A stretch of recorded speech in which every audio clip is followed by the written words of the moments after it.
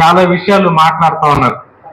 ఈ మాట్లాడే దాంట్లో కూడా తన అనారోగ్యం గురించి చాలా తక్కువగా, ఒక సేవకురాలుగా సంఘానికి తాను చేయలేకపోతున్నాను, నేను ప్రార్థన చేయాలి కదా బాబు, నేను మా సంఘస్థుల కోసం నేను ప్రార్థన చేయకపోతే సంఘం ఎలా ఉంటుంది, నేను బల్లలో పాలు పంపులు పొందుకోవడానికి నాకు అవ్వట్లేదు, నేను పైన ఉండిపోతున్నాను, కిందకు రాలేకపోతున్నాను, సంఘస్థులతో టైం స్పెండ్ చేయలేకపోతున్నాను, సంఘస్థుల కోసం మాట్లాడలేకపోతున్నాను.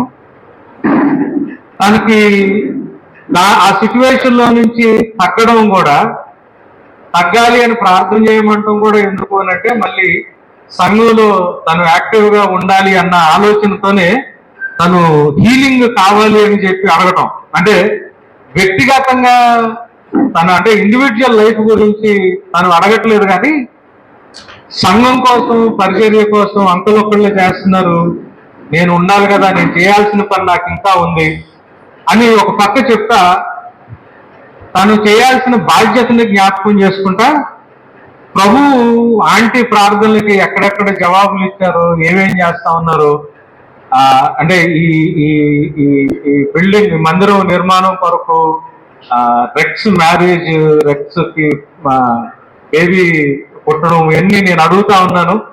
దేవుడు నాకు అన్ని ఇస్తా ఉన్నాడు.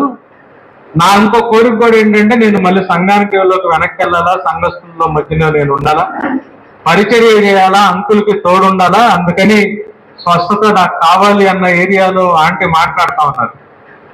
చాలా విషయాలు నాకు నిర్గమకాండం 15:26 కనిపించింది. బాబు నిన్ను స్వస్థపరుచు యెహోవా అన్న మాట మాత్రం పూర్తిగా నాకు స్పష్టంగా కనిపించలేదు, అది రాసినట్లు అట్లా కనిపించింది అని మాట్లాడుతూ ఉన్నారు. మాట్లాడుతూ ఉంటే నేను కూడా కొన్ని వాక్యంలో నుంచి కొన్ని మాటలు ఆంటీతో షేర్ చేసుకుంటా ఉన్నా. ప్రభువుని ఎరిగిన జీవితం, ప్రభువుని ఎరగని జీవితం, సత్యం తెలిసిన జీవితం, సత్యం తెలియని జీవితాల్లో ఉండే ఆ వ్యత్యాసం, ఆ డిఫరెన్స్ నేను ఆ రోజు ఆంటీతో మాట్లాడుకుంటా ఉన్నాను. అంటే రక్షణ దేవుడు ఇచ్చేది మానవుడి జీవితంలో ఎలా సంపూర్ణం అవుతుంది అన్న పాయింట్ దగ్గర నేను ఆంటీ డిస్కస్ చేసుకుంటా ఉన్నాం, చాలాసేపు మాట్లాడుకుంటా ఉన్నాం. అంటే ఒక క్రైస్తవ మతానికి సంబంధించిన ఒక గ్రీక్ ఫిలాసఫీ ఏంటంటే, ఈ శరీరాన్ని మనం ఇక్కడే విడిచిపెట్టేసి మనం ఎక్కడికో వెళ్ళిపోతాం దేవుని దగ్గరికి, మన ఆత్మ దేవుని దగ్గరికి వెళ్ళిపోతుంది. కానీ బైబిల్లో క్రైస్తవ విశ్వాసం దేని గురించి మాట్లాడుతుంది అని అంటే శరీర పునరుద్ధానం గురించి మాట్లాడుతుంది.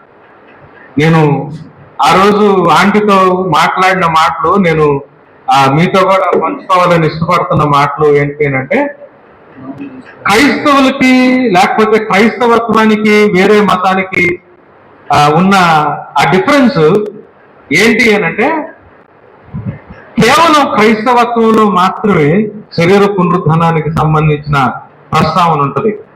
ఈవెన్ అబ్రహామిక్ రిలీజియన్ అయిన ఇస్లాం దీంట్లో కూడా మనకి ఆ మాటలు కనిపించవు. చాలా మతాల్లోకి ఈ గ్రీక్ ఫిలాసఫీ వెళ్ళిపోయి నాస్టిసిజం అనే ఒక తప్పుడు బాధకి అలవాటు పడిపోయిన చాలా సంఘాలు బైబిల్లో ఉన్న ఏ సత్యాన్ని అర్థం చేసుకోలేకపోతున్నారంటే, యేసు ప్రభు చెప్పిన మాట, పునరుద్ధానము జీవము నేనే, నా యందు చనిపోయిన నా యందు విశ్వసించిన వారు అన్నిటికీ సరిపోరు, ఒకవేళ చనిపోయినా తిరిగి లభిస్తారని. బైబిల్లో అన్నిటికంటే పురాతన, అంటే ఓల్డెస్ట్ బుక్ జోబు, అంటే ఆది కాండం అని అంటారు, కానీ ఆది కాండానికైనా సుమారు 1445 క్రీస్తు పూర్వం ఆ టైంలో రాశారని దాఖలాలు ఉన్నప్పటికీ ఎప్పుడు రాశారనే ఎటువంటి ఎవిడెన్స్ లేని బుక్ ఏమనంటే యోబు గ్రంథం అన్నిటికంటే పురాతనమైన గ్రంథం. దాంట్లో యోబు చెప్పే మాట ఏంటంటే, ఈ నా కన్నులతో నా విమోచకుడిని నేను చూస్తానంటాడు. ఏ కన్నులతో చూస్తానని చెప్తాడు అంటే, ఏ శరీరం అయితే శిథిలమైపోతా ఉందో, ఏ శరీరం అయితే రోగాలతో గందరగోళంగా నాశనం వైపు వెళ్ళిపోతా ఉందో, అదే శరీరంలో అదే కంటితో నేను నా విమోచకుడిని చూస్తాను అని యోబు చెప్పిన ఒక నిరీక్షణతో కూడిన మాటని నేను జ్ఞాపకం చేయడానికి మీకు కూడా ఇష్టపడతా ఉన్నా. ఆ రోజు ఆంటీతో నేను మాట్లాడుతూ ఉండింది ఏంటి అంటే, కొరింథీయులకు రాసిన మొదటి పత్రిక 4వ అధ్యాయము 16వ వచనంలో కావున మేము అధైర్యపడము, మా బాహ్య పురుషుడు కృషించిపోతున్నా గాని అంతరంగిక పురుషుడు 2 కొరింథీ 4:16 మానవుడు నీ దేవుడు సృష్టించినప్పుడు నేలమంటితో దేవుడు మనిషిని చేశాడు. ఈ శరీరాన్ని తయారు చేసింది కూడా దేవుడే. ఈ శరీరం మంచిది కాదు. దేవుడు సంఘానికి ఇచ్చిన కృపావరాల్లో స్వస్థతా వరం కూడా సంఘానికి ఇచ్చినట్టు మనం గమనిస్తాం. ప్రార్థన చేసినప్పుడు దేవుడు ఆయన చిత్తానుసారంగా కొంతమంది ఎందుకు స్వస్థపరుస్తాడంటే ఈ శరీరాన్ని కూడా దేవుడే సృజించాడు. అంటే ఆంటీ ఇక్కడ నిద్రపోతున్నారు, నేను అదే మాట చెప్తా ఉన్నా. నేను చనిపోయాను, నేను అనుకోవట్లేదు, ఎందుకంటే వాక్యాన్ని బట్టి నాకు అర్థమవుతున్న సత్యం అది. అంతరంగిక పురుషుడు మన లోపల ఉన్న రేషనల్ హ్యూమన్ బీయింగ్ని జ్ఞానంతో కూడి ఆలోచించగలిగి నిర్ణయాలు తీసుకోగలిగే అంతరంగిక పురుషుడిని కూడా సృష్టించిన ఆయన దేవుడే. అయితే మానవుడు దేవునికి దూరంగా వెళ్ళిపోయి పాపంలో పడిపోయిన తర్వాత దేవుని యొక్క రక్షణ కార్యము అంతరంగిక పురుషుడిలో నుంచి మొదలవుతుంది. క్రీస్తునందు ఉన్నవాడు నూతన సృష్టి, పాత్రి గతించను, ఇదిగో సమస్తము నూతనమాయను అని పౌలు గారు చెబుతున్న మాటని మనం గమనించుకోవాలి. దేవుడు మానవులకి యాక్చువల్గా చర్చ్ అయిపోయిన తర్వాత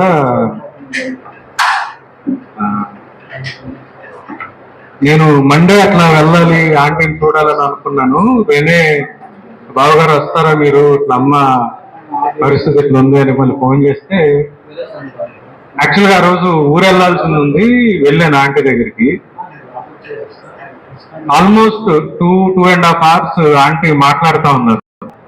అంటే చాలా స్పష్టంగా, చాలా క్లియర్ గా, అంటే వాయిస్ లో కూడా ఎక్కడ ఏమి వణుకు లేకుండా మాట్లాడుతూ ఉన్నారు. ఈ సీజన్ లో ఆంటీతో పాటు ఇంకొక 3 ఇట్లాంటి సీరియస్ కండిషన్ లోనే ఉన్నారు. ఒకళ్ళేమో అసలు రక్షణ లేని వాళ్ళు, కంప్లీట్ గా క్రైస్తవేతరులు. ఇంకొకళ్ళు దేవుడి గురించి తెలుసు కానీ సరైన రక్షణ లేని పరిస్థితి. వాళ్ళతో డీల్ చేస్తే నేను ఆ రోజు ఆంటీతో మాట్లాడుతూ ఉంటే, ప్రభువుని ఎరిగి, నిజంగా ఎరిగి, ప్రభువు యొక్క ఆలోచన ప్రకారం, ప్రభు యొక్క చిత్తానుసారంగా జీవిస్తున్న ఒక వ్యక్తి సాక్ష్యం ఆ రోజు నేను చూస్తా ఉన్నా ఆంటీతో మాట్లాడుతూ ఉంటే.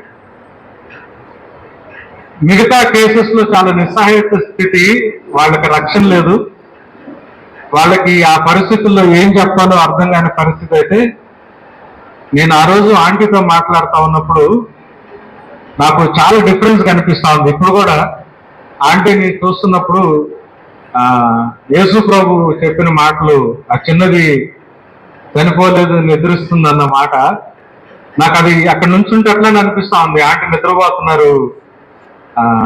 ఎందుకు అంటే పునరుద్ధానము జీవము నేనే, నా యందు విశ్వసించిన వారు ఎన్నటికీ చనిపోరు అన్నాడు ఏసయ్య. చనిపోయినా కానీ తిరిగి లభిస్తారు అన్నారు. సో ప్రభువు యందు విశ్వాసం కలిగి సువార్తను అంగీకరించి నిజమైన రక్షణ జీవితాన్ని రక్షణలో తన జీవితాన్ని కొనసాగిస్తారు.